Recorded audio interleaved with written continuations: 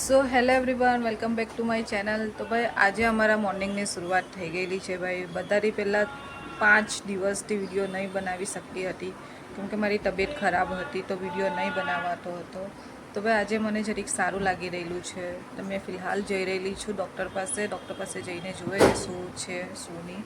મને 4-5 દિવસથી બહુ હેડેક થઈ છે. હેડેક માથુંનો દુખાવો એટલો છે. ચશ્મા બી ચેન્જ કરાવી દીધા, દવા પણ રેગ્યુલર પીવું છું. 5-6 ગોળીઓ પીવી પડે છે, તો પણ મારું માથું નથી રિલેક્સ થતું. તમારી જો બસ હવે થોડીક દવા ચાલી રહેલી છે, અત્યારે બતાવવા જઈ રહેલી છું. તો મેં રેડી થઈને બેસી ગયેલી છું કેમકે ડૉક્ટર આવે છે 11:30 વાગે.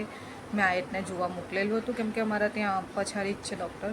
તો મેં આયતને જોવા માટે મોકલેલું હતું કે આયત જ્યાં જઈને જોઈને આવ કે આંટી આવી ગયેલા છે કે નહીં. તો હજી 11:30 વાગે આવશે. તો બસ રેડી થઈને મેં બેસેલી છું. ઘરના નાના મોટા હવે કામ તો કરી લીધા કેમકે ભાઈ તબિયત ખરાબ હોય કે નહીં હોય, આપણને લેડીઝોએ બધું કામ કરવું જ પડે. તો ઘરના નાના મોટા કામ કરીને ફિલહાલ બેસી ગયેલી છું. ડૉક્ટરનો ઇંતજાર કરી છું. ડૉક્ટર આવે પછી કે શું છે. માઇગ્રેન માટે બતાવવું છે કેમકે મને વોમિટિંગ વગેરે પણ બહુ થઈ છે, તો માઇગ્રેન માટે પણ મારે બતાવવાનું છે. એકવાર હું બતાવીને ખતમ જ કરી નાખે કેમકે શું પ્રોબ્લેમ છે હવે ખબર પડે. માઇગ્રેનના ડૉક્ટરને અલગથી જે આવે તેને બતાવે તો આપણને ખબર પડે કે એકચ્યુઅલીમાં શું પ્રોબ્લેમ છે. તો બસ મારા બ્લોગમાં લાગેલા રહ્યો. આખા બ્લોગની અંદર તમને બીજું જોવા મળશે. Thank you for watching.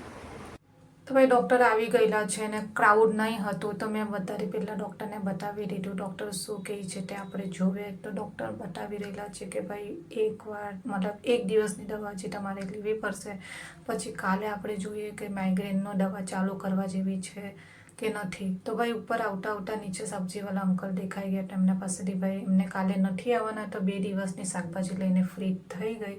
તો ભાઈ આજે આખો દિવસ વ્લોગ નહીં બનાવેલો હતો, તો સાંજે પુલાવ બનાવ્યો અને આયતને બનાવીને આપી ખીર કેમકે પુલાવ જરીક સ્પાઇસી બની ગયેલો હતો, તો આયત થોડાક નાટક કરતી હતી, તો એને પછી ખીર બનાવીને આપી દીધી. સોરી.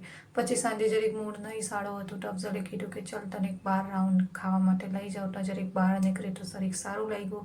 હવે અમારી તમારા સાથે કાલે મુલાકાત થશે. Thank you.